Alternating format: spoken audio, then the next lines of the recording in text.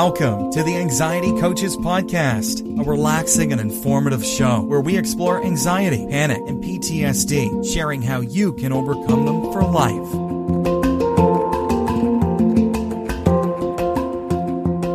Aloha! Welcome back to the Anxiety Coaches Podcast. I'm your host and coach, Gina Ryan, and I am so happy to be with you again today as together we can consider the many ways to bring your mind and body back to its natural peace and calm. In today's episode, I'm talking about overthinking and social anxiety. I get a lot of mail from people, young people who are struggling with social anxiety, but I also get a lot of mail from all ages of people who are struggling with social anxiety. We often think of it as younger people just kind of blossoming out into the world and feeling social anxiety, but all ages. Some people never really pull themselves out of it or learn to cope with it and be able to push through. As I said in another episode earlier, feel the fear and do it anyway. So, do you overthink social interactions that you find yourself in? And how do you feel when you're approaching a large group of people? Some people thrive more when they're surrounded by people and they seek out large groups of people, and others need quiet time to recharge. So think about how you feel when you're in large groups.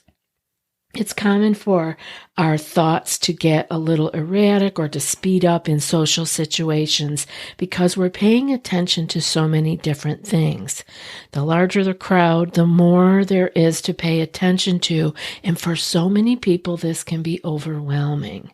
But there are many things that we can do to help to ease any social anxiety that you might feel, regardless of the situation, regardless of your age, regardless of how long you've struggled with it.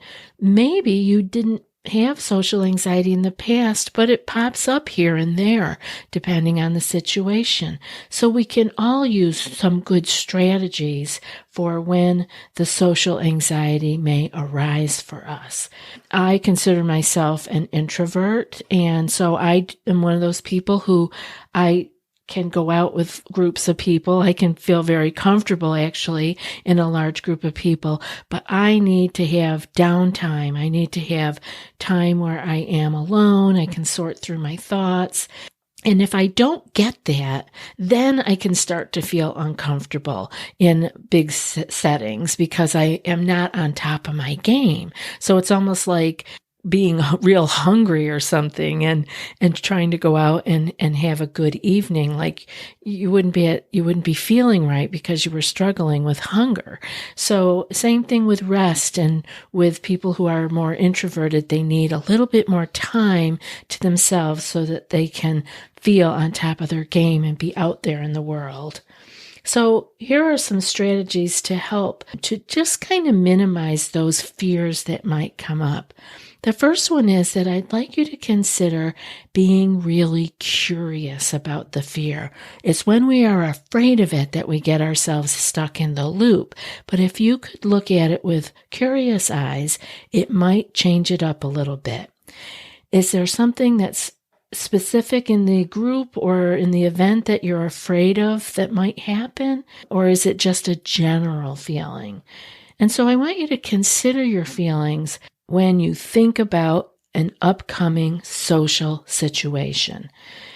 What emotions come up for you when you're walking through a crowd or when you're having a one-on-one meeting with somebody?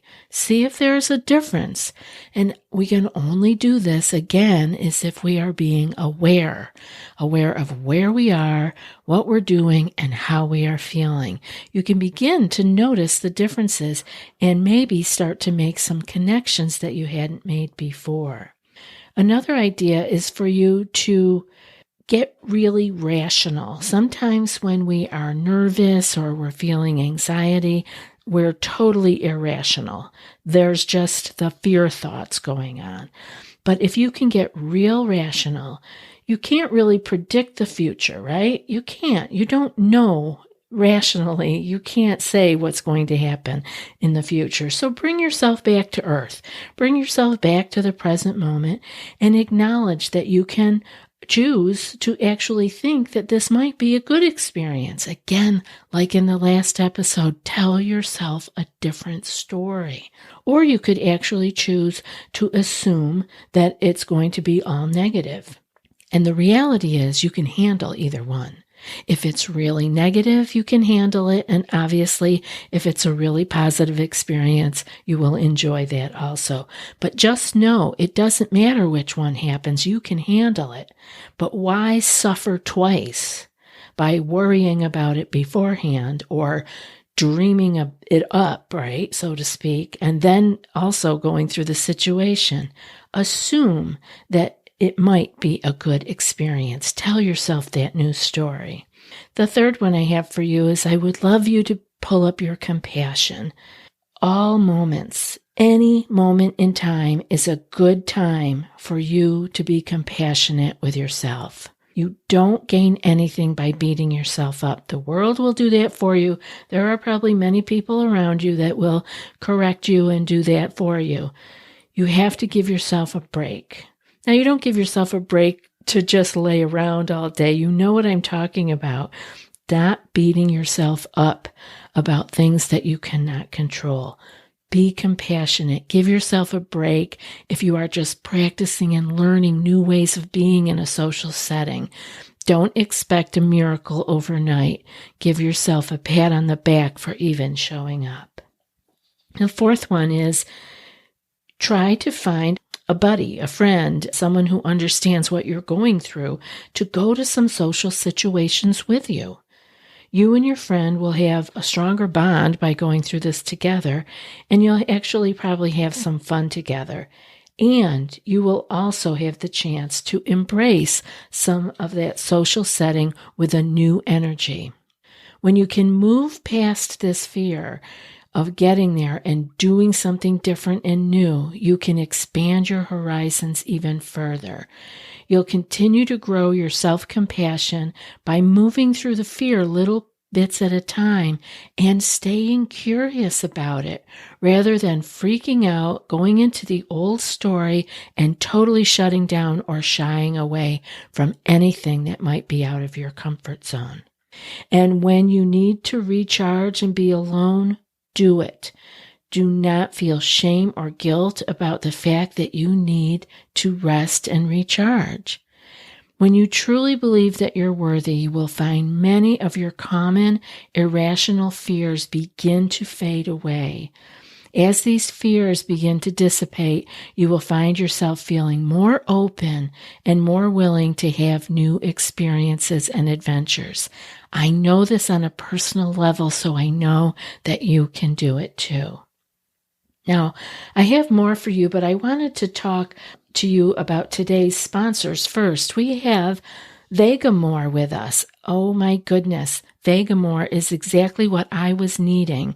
I am telling you, 2 years ago, I had a really bad case of my hair shedding. And if you don't know what that means, it's not that it's thinning over time. It's like when a whole bunch of it's coming out all at once.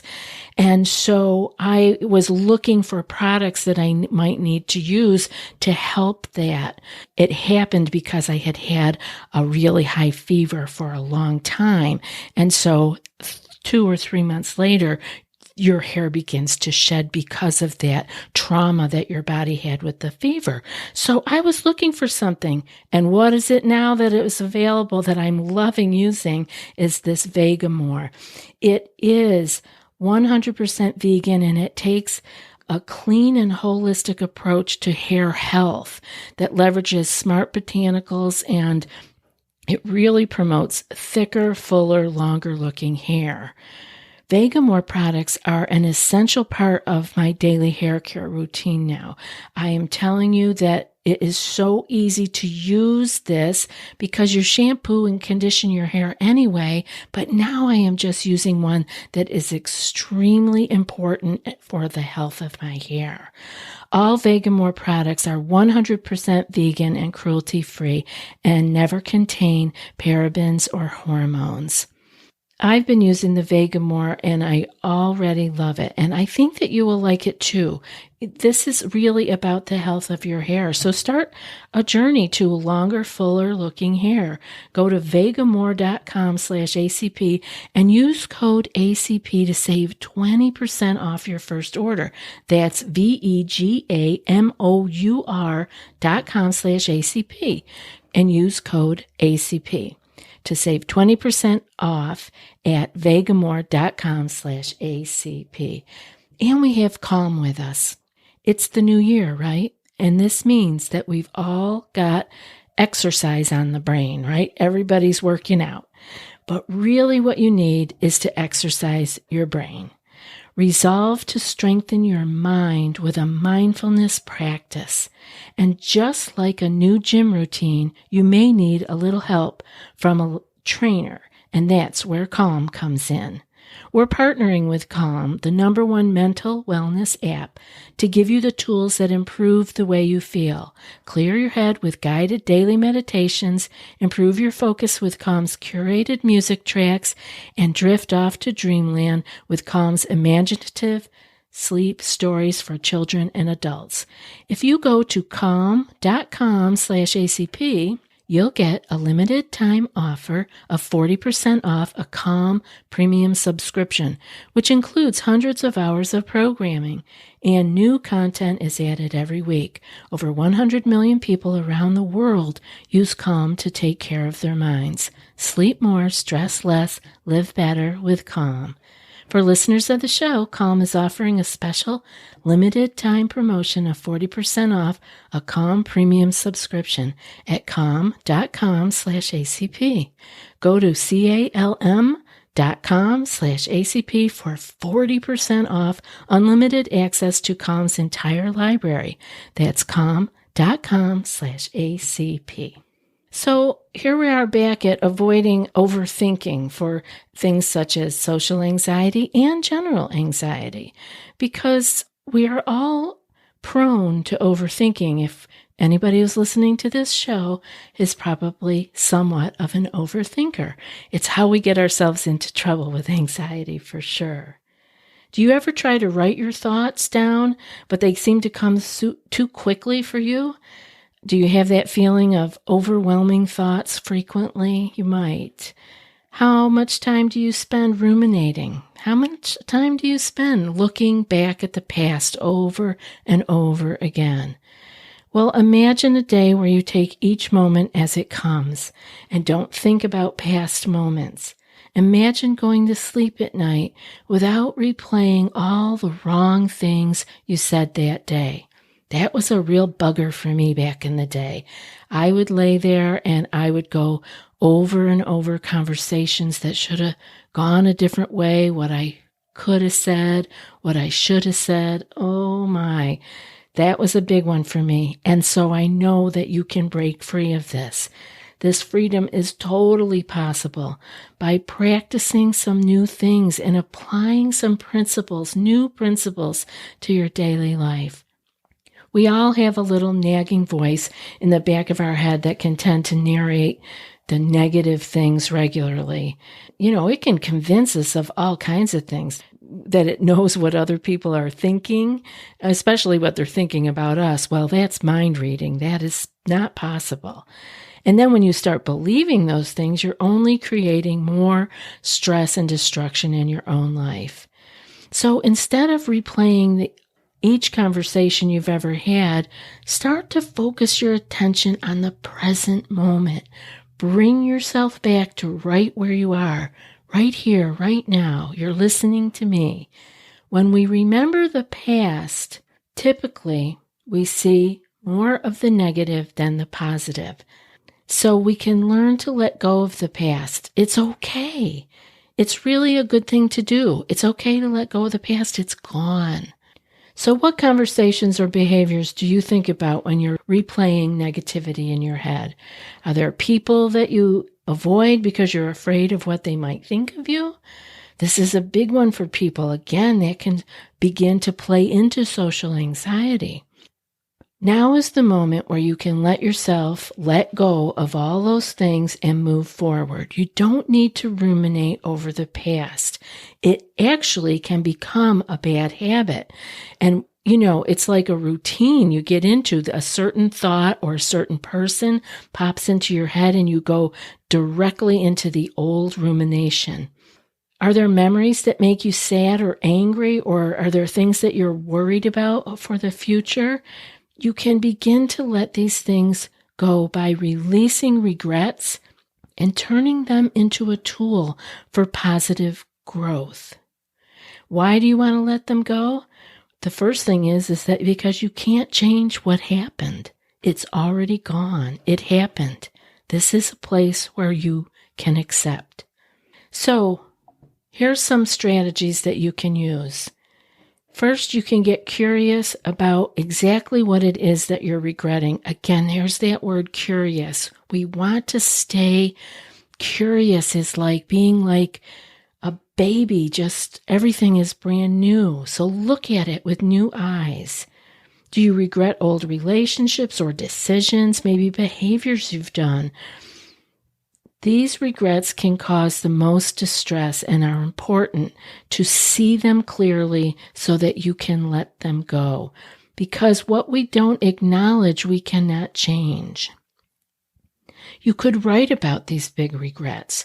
Get them apart from your mind so that you can look at them. Get specific about what you regret. Consider your lifestyle, your behavior towards others, or your decisions. And I want you to do all of this non-judgmentally. Do not be hard on yourself. You are learning a new way. And when we are learning something new, we don't need to judge how we're doing it. Just showing up is a great start. And look at your regrets and think about what lessons you can learn from them. The silver lining. There's always something silver lining there for you to take. You don't need to use regrets to try to be perfect and bring up that perfectionist in you. Instead, you can look at them as opportunities to learn something new about yourself in a positive way. I want you to also learn to practice self-forgiveness. Give yourself permission to forgive yourself and grow forward. Imagine the shackles of your past dissolving. Really, just see them falling apart. You will naturally struggle from time to time, but the more you practice self-forgiveness, the easier it will be. And I want you to decide how to move forward. Though you can't control every aspect of your life, you can control the decisions you make based on what? The present moment. You don't need to hide away in shame or to continue to doubt yourself. Instead, you can get strong, have some courage, and embrace each moment with a stronger sense of compassion for yourself. And let your compassion flow out from you to others also. Regret helps us feel compassion for others because we can put ourselves in their shoes when sharing difficulties, even if we are on different paths. So when you find yourself stuck in regret, you can instantly relate to all who have felt what you feel. You grow through both your struggles and your successes. You can use these moments of regret to re-energize your efforts to live a great life, a full life with love. And I know that you can do these things because not only have I made large changes like these in my own life, but I have worked with so many other people that have done this too. It really is possible. And we don't make all these changes that I talk about all at once. Pick and choose what feels like it's resonating with you right now and start there. Just make some forward motion and make it in a way that you are changing how you are thinking, moving it from the old negative broken record into something that you are consciously aware of and thinking on purpose. I'm so glad to be here with you as we unfold this new year together. Before I read today's quote, I was wondering if you prefer the show without ads, or perhaps you might like to have access to the entire back catalog of over 600 episodes. Maybe you'd like some bonus meditation episodes. All of that and more are available for $5 a month with our premium Supercast membership. Go to anxietycoaches.supercast.com and join us ad-free today. The link will be in the show notes. And now for today's quote. Nothing diminishes anxiety faster than action. And that's from Walter Anderson. I'll be back in a few more days with another podcast. Until then, be well and aloha.